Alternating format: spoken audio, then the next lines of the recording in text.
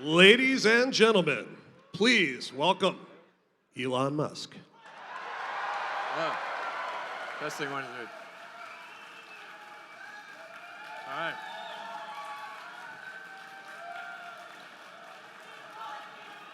All right. All right. Welcome, everyone, to the Model X launch.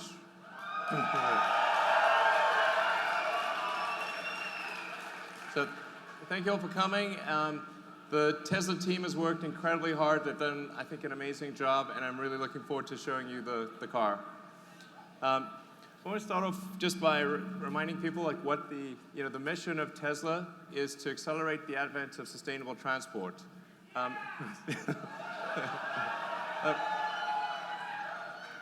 As I think you guys know, it's incredibly important that we move to a sustainable world sooner rather than later. The sooner we do it, the better it is. And and it's important to show that that any type of car can go electric. We showed that you could make a compelling sports car with the Roadster, and that could go electric. And we showed that you could do it with a sedan, and now we're going to show that you can do it with an SUV.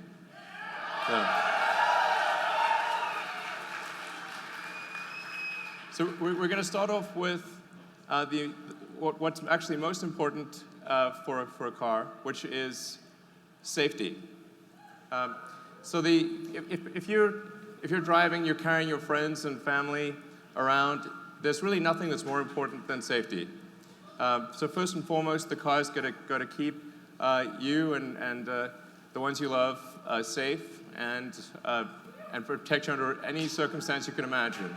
So.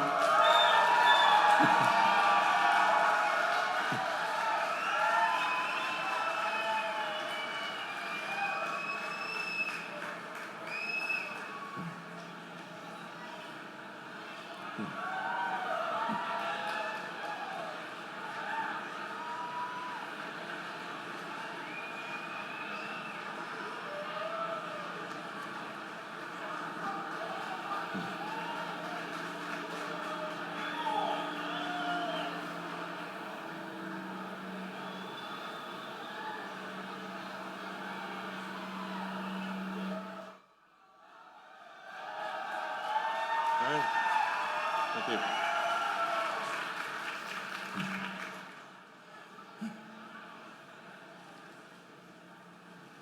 So, there you have the Model X. I'm going to talk a lot more about the details of the car, but I'm going to start off with safety. So with the Model X, we've created the safest SUV ever. It's the first SUV that's 5 stars in every category. So,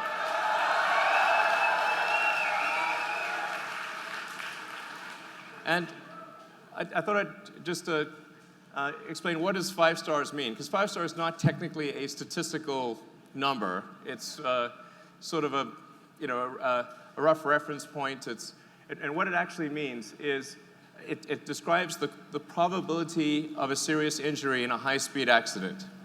So you start off with sort of 2-star, 3-star, 4-star, 5-star, and they go down in 5% increments. So a 4-star would be a 15% probability of injury in a high-speed accident.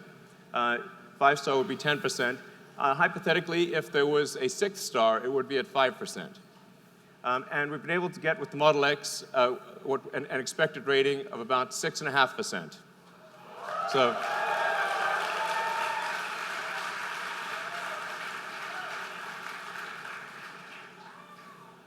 And so let me explain how we get to such a low probability of injury. It goes to the design of the car and the fundamental architecture. So starting off with the frontal, what happens in a frontal crash. This is where most injuries and deaths occurs in a frontal crash. And normally with a gasoline car, you've got a large steel engine block in front. And so in a high-speed impact, that engine block compresses into the passenger compartment and obviously causes damage to the people that are sitting there. With the Model X, there is no such thing. So we have a small electric motor that's down low by the battery pack. And the net effect is that you've got a much larger distance for the crumple zone. So it's really taking impact energy is about force over distance. And if you've got a longer distance, you can actually distribute that force over that longer distance and have a better deceleration and not impact the cabin. So in the case of the frontal zone, you've got something that's the equivalent of, like, if you were to jump out of a tall building into a pool, it's the difference between jumping into a pool or a pool with a rock in it. So you don't want the pool with the rock in it. So then going on to a side impact, the Model S and the Model X are about half of the next best in the SUV class. So the X is so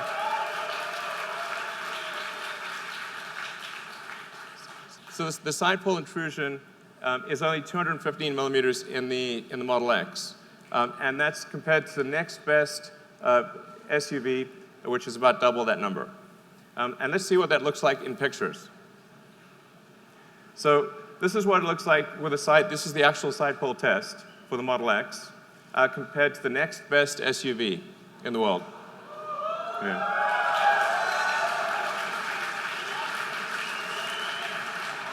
I mean, this is the difference between life and death. This is a really big difference. So, and then now let's look at the rollover numbers. So the Model X, because it has a low center of mass with the battery pack and the floor pan, has half the rollover propensity of any SUV or minivan. So the probability of a rollover injury is substantially reduced. And you can see this in the architecture. We start with the pack, and that pack provides a stiffening member for the whole car. It provides a very strong foundation for the whole car, lowering the center of mass, and serving as a load transfer medium to the rest of the vehicle. So whereas a gasoline car really just has thin corrugated sheet metal at the base and can't transfer the load in a side impact. So we'll just show you the rest of the car building up. You see the motors and the chassis. It gives you a sense for the core architecture of the car. Now, of course, the best protection is not to get into an accident at all. So the Model X comes standard with active safety, which includes automatic emergency braking and side collision avoidance. So the car will actually use the camera and the radar to automatically brake before there's an accident, and it will use the ultrasonic sensors around the side of the car to steer you away from a side collision. And these are active all the time, and it's just a standard feature in the car.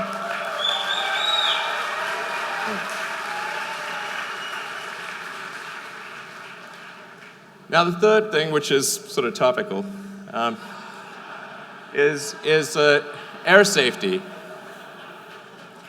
Now, we designed the car well before recent events. So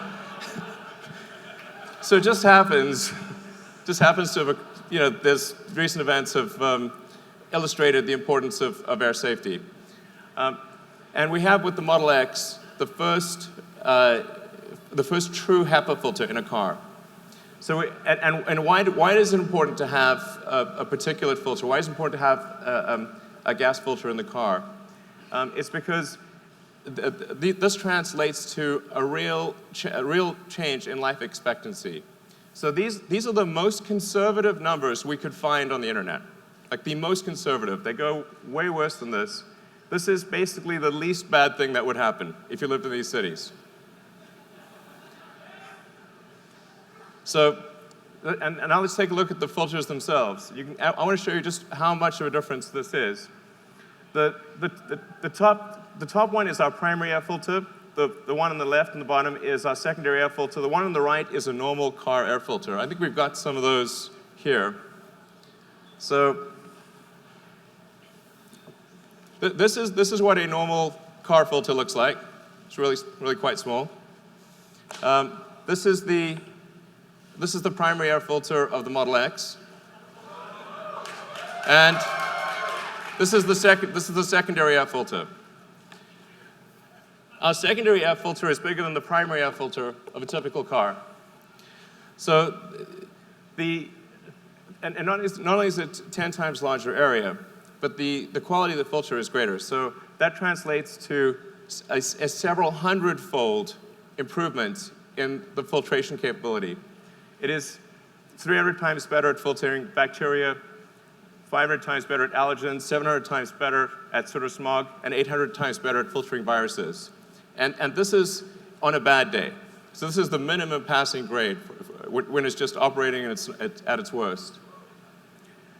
So, so in addition to the particle filters, we have 3 layers of active carbon. So we've got one universal adsorbent layer, that's the initial layer. Then we've got another activated carbon layer that's meant for acid gases, and another one for alkaline gases. The net effect of the air filtration system is that you have air cleanliness levels which are comparable to a hospital operating room in the car. And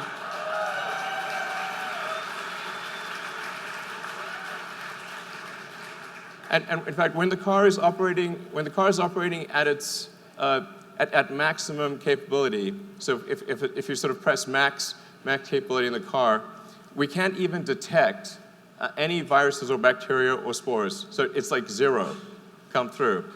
So if there's ever sort of a apocalyptic scenario of some kind, hypothetically, you just press the bioweapon defense mode button. This is a real button.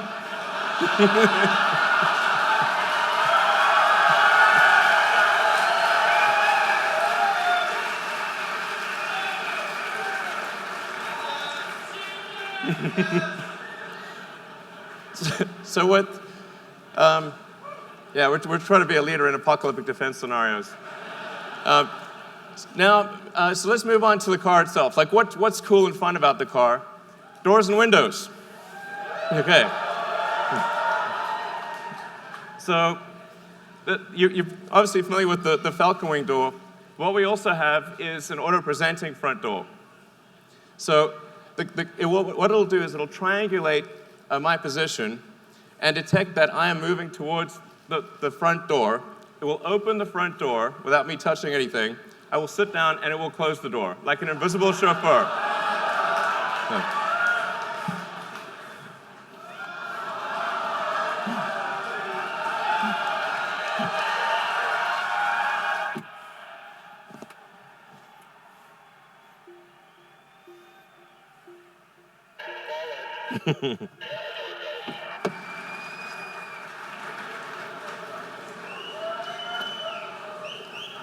And there are a few other features that are hard to demo in this exact scenario, but something that we worked very hard on is a windshield that's a panoramic windshield. So it comes up and over and feels like a helicopter cockpit when you're driving.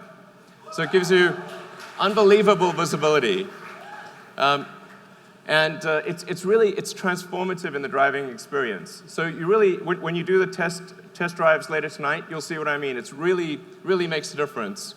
And then in addition to that, we also have it's a small feature, but an important one, is the ability to blind holster your phone. So this is like one of those things where it's small, but it's important. Instead of having to fiddle with a bunch of wires to plug in your phone, you can basically take it out of your pocket and blind holster it. It'll automatically fit, and there are adapters for every variant of popular phone.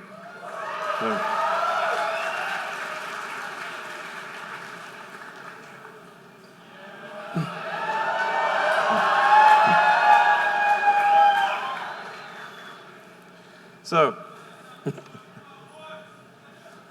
let's open these doors.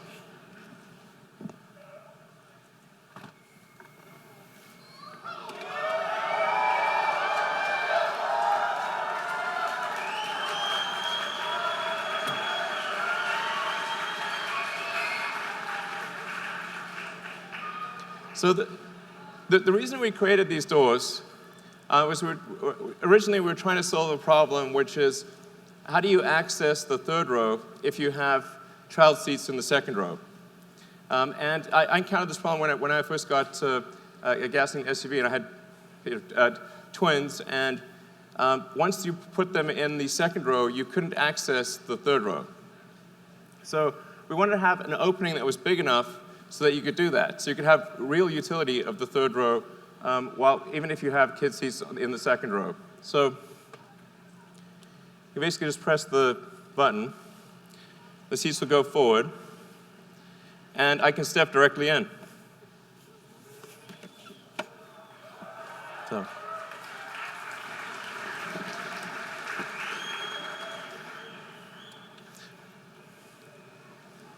It's also important that if you have, say, a child seat here, that instead of having to cantilever your kid out in front and sort of put them basically into a small hole, you can actually just stand right here.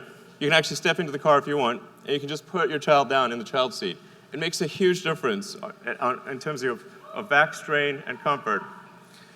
So those are the two functional reasons, and then it also looks cool. So, yeah. So that's the FalconWing doors, and now obviously a question with the doors is, so how do they fit in tight spaces? Well, we'll show you. Let's bring out the cars.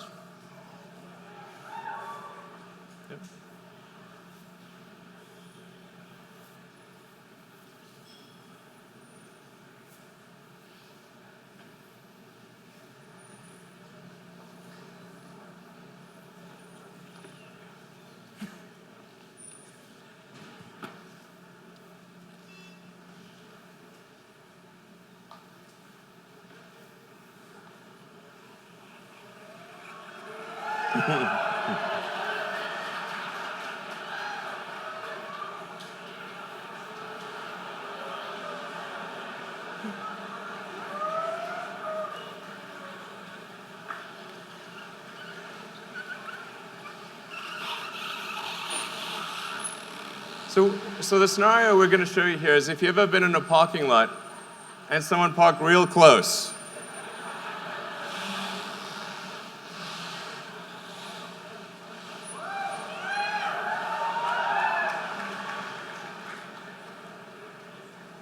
So I don't know if you can see well here, but there's only about a few inches separating the side mirrors on each side of the car. So we're going to open the FalconWing doors when there's barely enough room to squeeze between the two cars.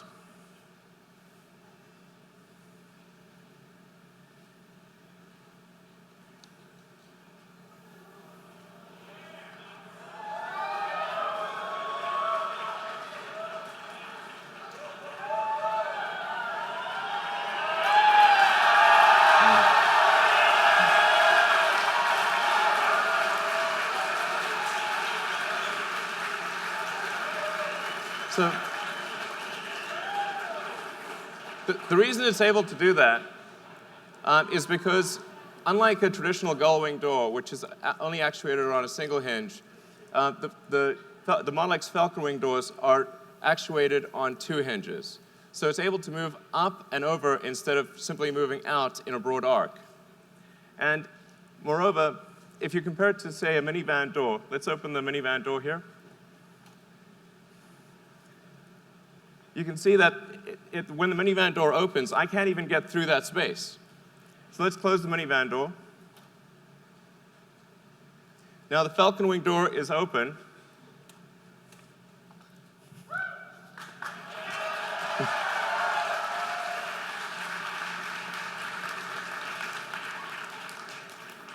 So our goal was to create an aperture that was more functional than a minivan door, and I think the team has succeeded. So I think it's the best aperture out there.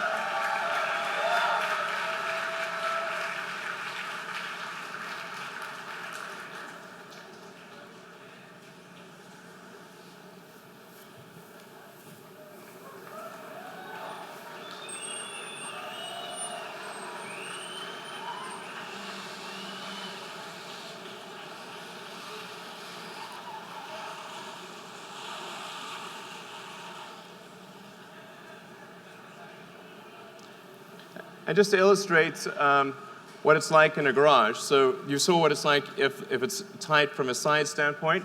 Well, what if you have a low garage? That's one of the most common questions I get about the Model X. The car actually automatically senses what the roof height is. So there are ultrasonic sensors in the roof of the car that calculate the roof height and automatically compute a new opening arc depending upon what the height of the ceiling is and what the side obstacles are.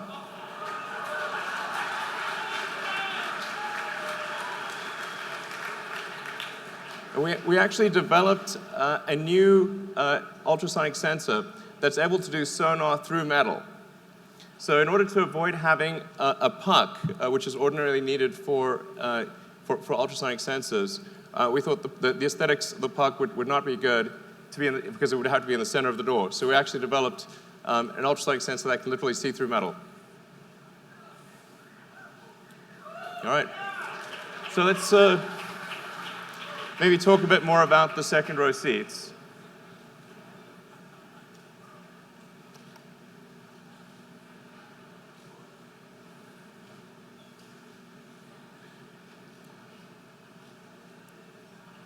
So normally second row seats in a car don't get a lot of love. So let's show you what second row seats typically look like in a car. So that's sort of what second row seats normally look like. But particularly when you open something and it's silhouetted, as it does with the FalconWing door, it tends to create a halo around the seat. So we put a lot of effort into creating a beautiful seat. And not only is the seat, I think, probably the best looking second seat, if that's a superlative, ever, but it actually provides more functionality because you have a flat floor and you can stow if something. So if you've got a backpack or a laptop or a handbag, you can stow that under the seat instead of having it at your feet. So it actually provides utility as well as aesthetics. All right. And speaking of utility, let's see what the Model X can really carry.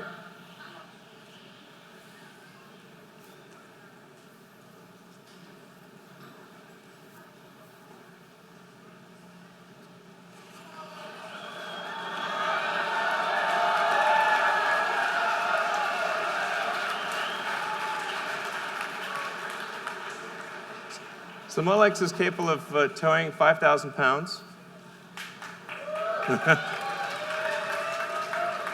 So 5,000 pounds while carrying 7 people and quite a lot of luggage. Yeah.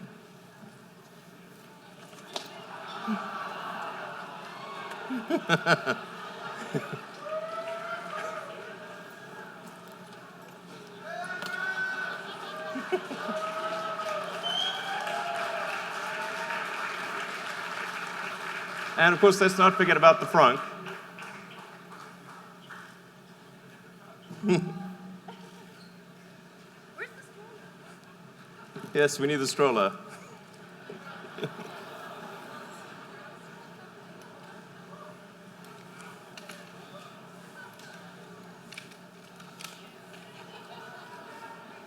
There we go. Do you want to put them in or do you want to carry them out? All right. All right.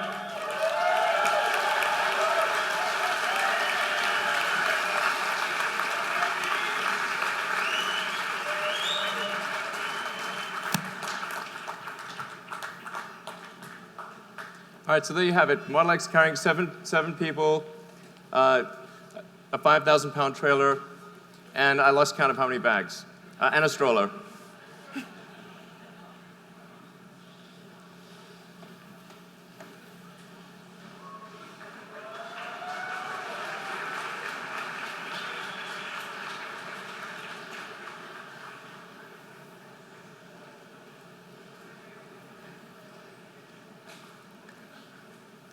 All right, so something that we developed for the Model X is, like, let's say you want to carry skis, bikes, and you want to do that quickly and easily. We made an accessories hitch that can be put on by a kid in approximately 10 seconds.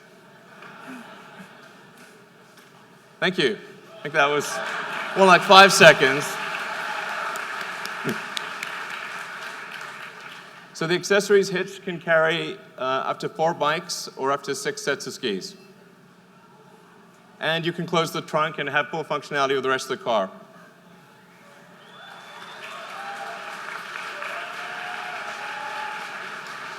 Woo.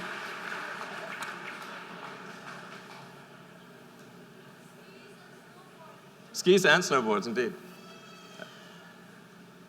And then the final element, of course, is performance. So even the standard version of the Model X has quite high performance. So it's got the standard version, 90D's, got 257-mile range, all-wheel drive, of course, and it gets to 60 miles an hour in 4.8 seconds. And then the P90D Ludicrous mode. I mean, this goes so fast it's wrong.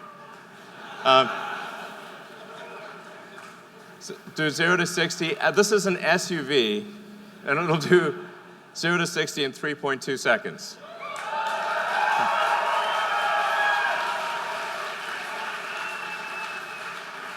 All right. So with that, let's hand over the post-production cars. All right.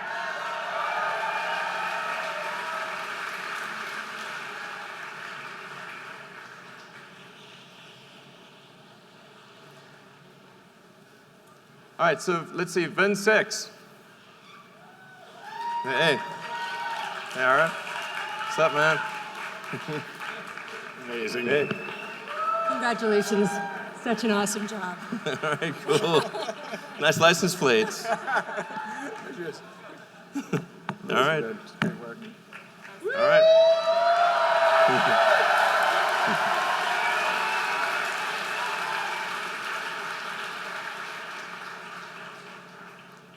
All right, it's VIN 5.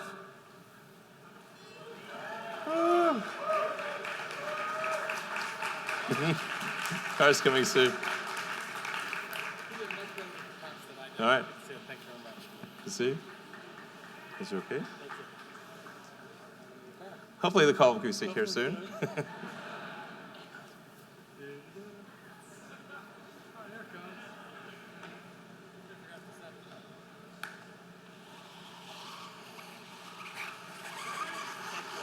All right, thanks.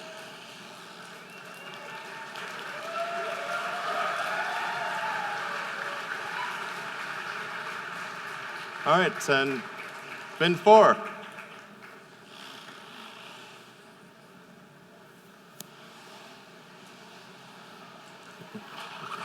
Standing for Sergey. All right. All right.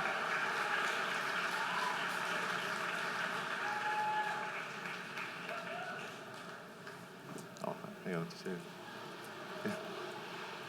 VIN 3.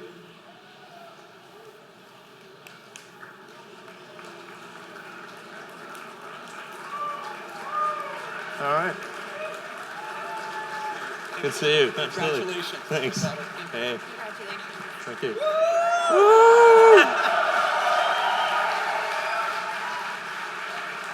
All right, and VIN 2.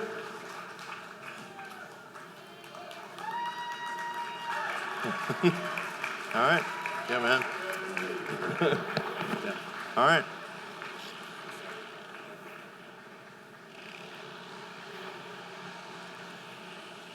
And then, let's see.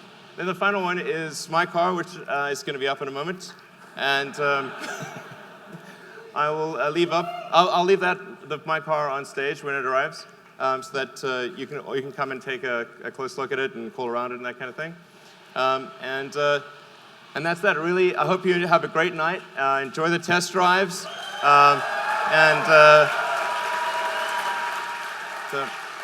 I'd like to thank you, and like thank the Tesla team who worked super hard to make this night work. All right, thanks. Have a good night.